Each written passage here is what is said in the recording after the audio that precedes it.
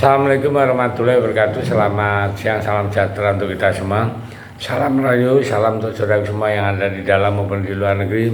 Semoga berbahagia. Saudara-saudara yang sakit mudah-mudahan cepat sembuh, dan yang bekerja beraktivitas mendapat rezeki yang banyak dan berkah. Amin.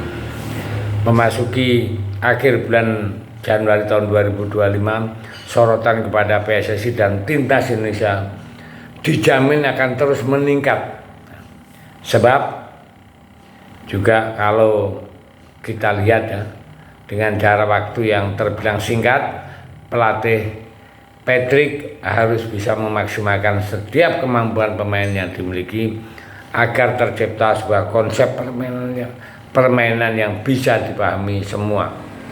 Dan setelah 99,9% timnas ketambahan 2 pemain baru dalam dirinya, yaitu Ole dan Jero, serta asisten pelatih yakni Gerald van Nenbeek dengan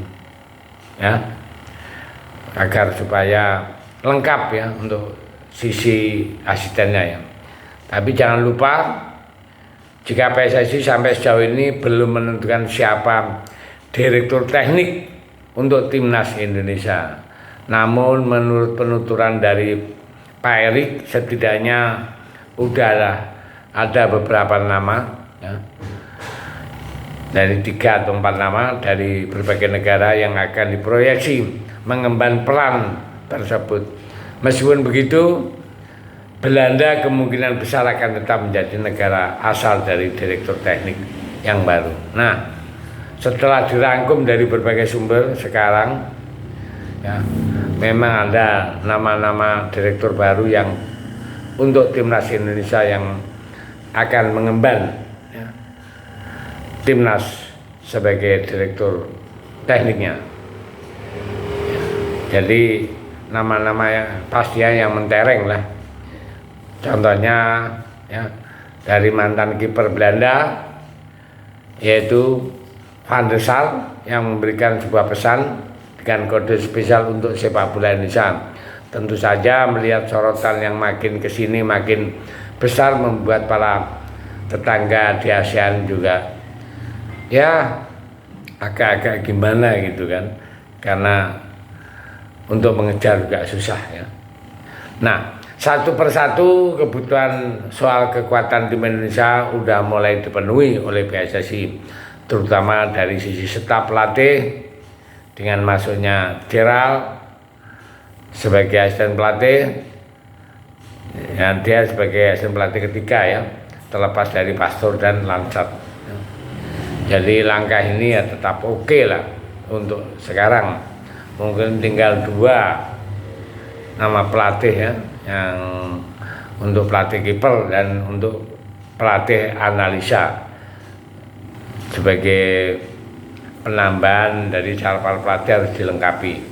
Nah, dari hal itu yang sebelumnya diumumkan secara resmi ya, di luar sana semua termasuk penambahan pemain baru.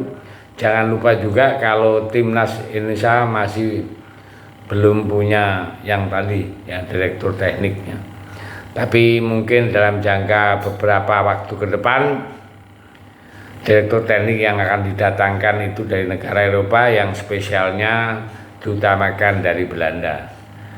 Tapi ada 3 nama ya, yang calon direktur itu dari Inggris, Spanyol, dan Belanda termasuk Jerman. Namun kembali lagi semuanya masih dalam tahap pertimbangan ya, negara-negara tadi. Jelas Belanda itu istilah prioritas ya, biar tercipta komunikasi antara pelatih dan pemain. Kan kita tahu semua bahwa mayoritas pemain kita yaitu dari Belanda, sehingga kalau dari Belanda otomatis tidak perlu itu dengan kendala bahasa yang akan menyulitkan. Nah, kalau dirangkum dari berbagai sumber nama-nama seperti Fred Rutten yang pernah istilahnya sepak terjangnya melatih tim-tim seperti VSP, Eindhoven, Schalke 04, Feyenoord Rotterdam. Nah, seperti ini itu juga punya CV mentereng. Nah, tapi ya itu tadi, kita kembali juga tergantung nego-negonya, kecocokannya. Ada juga yang dari Jerman ya, seperti yang dari Borussia, dari Mönchengladbach, FC Oldenburg Hertha dari Berlin. Nah, itu juga ada, tapi namanya belum disebutkan. Dan ada juga yang menyebut itu mantan asisten Frank Rijkaard saat itu di Belanda ya. Nah, jadi nama-nama itu belum disebutkan, cuman ini adalah analisa ya. Kita bisa menganalisa sendiri, tapi yang jelas dari Eropa. Ya, kita doakan saja semoga sebelum bulan Maret ya, setidaknya itu Februari lah, itu bisa lengkap semua, sehingga PSSI itu ada waktu 1 bulan untuk klub, baik itu pelatih, baik itu asisten pelatih, baik itu direktur teknik, itu semuanya ada chemistry dengan pemain. Jangan sampai 1 hari atau 3 hari mau main, pelatih ini yang asisten ini baru datang, direktur teknik baru datang, terus apa yang dipikir itu? Karena lawan Australia adalah lawan yang sangat krusial sekali. Ya, mudah-mudahan dengan adanya berita-berita ini agar secepatnya bisa dimaksimalkan dan bisa mendapat realisasi yang cepat. Terima kasih. Merdeka.